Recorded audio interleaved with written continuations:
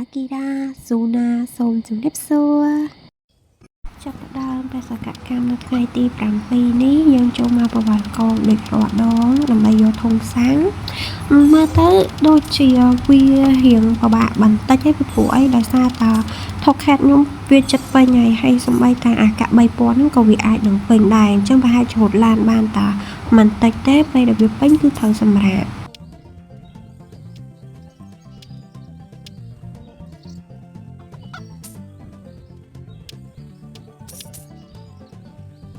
អញ្ចឹងប្រហែលជាចាប់ពីវីដេអូនឹងតទៅអាចនឹងគ្រាន់តែកាត់បញ្ចូលគ្នាហើយអត់មាន voice over ទេគឺដាក់ speed គុណទៅ